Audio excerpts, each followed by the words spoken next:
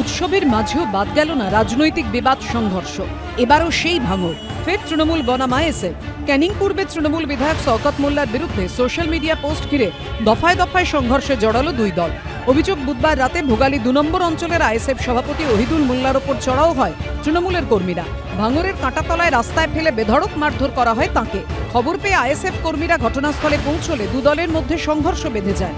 অভিযোগ জানাতে গেলে থানার সামনেও তৃণমূল ও আইএসএফ কর্মীদের মধ্যে হাতাহাতি শুরু হয়ে যায়। পরে পুলিশ পরিস্থিতি নিয়ন্ত্রণে আনে। ওহিদুল একজন ভাঙড়ের আইএসএফের লিডার।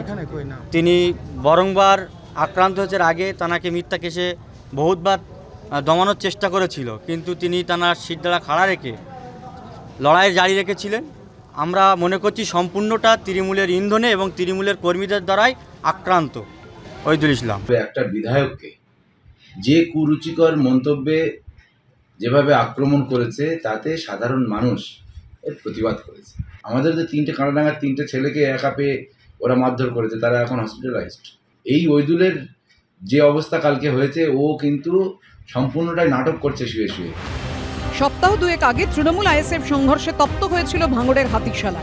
এবার কাঁটাতলায় দুই দলের হাতাহাতিতে উত্তেজনা ছড়ালো। হিন্দলদে ও রঞ্জিত হালদারের রিপোর্ট, এবিপি আনন্দ। রাজত্ব জমিদারি আজ আর কিছুই নেই, তবে দুর্গাপুজোর ঐতিহ্য, পরম্পরা ও বনেদিয়ানা বজায় রয়েছে এখনো। পুজোর এই 5টা দিন বাংলার বিভিন্ন প্রান্তের রাজবাড়িগুলো যেন নতুন করে প্রাণ ফিরে পায়। কিন্তু তিথি মতে দশমী পড়তেই বিষাদের সুর।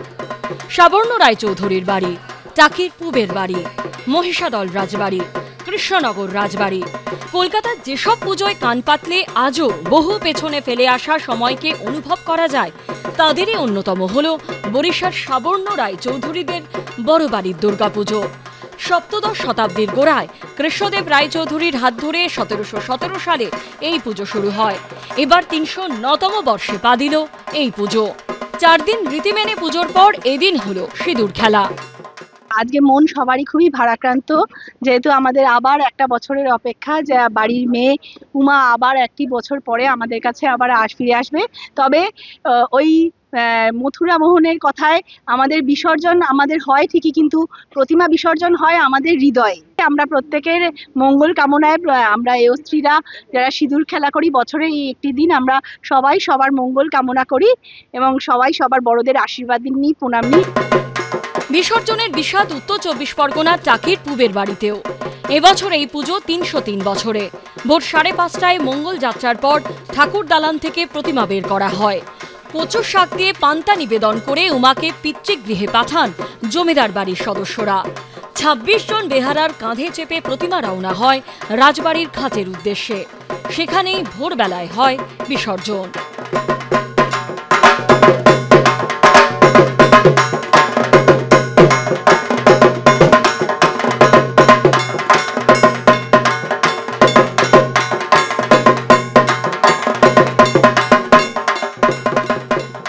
প্রায় 250 বছরের পুরনো পূর্ব মেদিনীপুরের মহিষাদল রাজবাড়ির দুর্গাপুজো।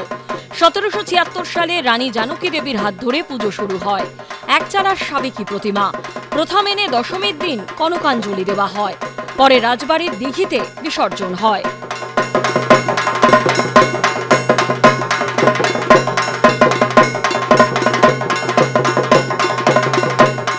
মনটা প্রতিবারের মতন এবছরও খুব খারাপ লাগছে, কিন্তু আমাদের বাঙালিদের জন্য আজকে পুজোর যেমন একভাবে দেখতে গেলে আজকে পুজোর শেষ দিন, অন্যভাবে দেখতে গেলে আগামী বছরের অপেক্ষাটাও এবছর থেকেই শুরু। তাই আবার পুজো শুরু হলো আমাদের জন্য, আবার 1 বছরের অপেক্ষা। পারিবারিক ঐতিহ্য মেনে দশমীতে প্রতিমা বিসর্জন হলো কৃষ্ণনগর রাজবাড়িতেও। দেবী এখানে রাজরাজেশ্বরী রূপে পূজিতা হন। এদিন মায়ের আরতি করেন রাজমাতা অমৃতা রায়। পরে সিঁদুর খেলায় মেতে ওঠেন।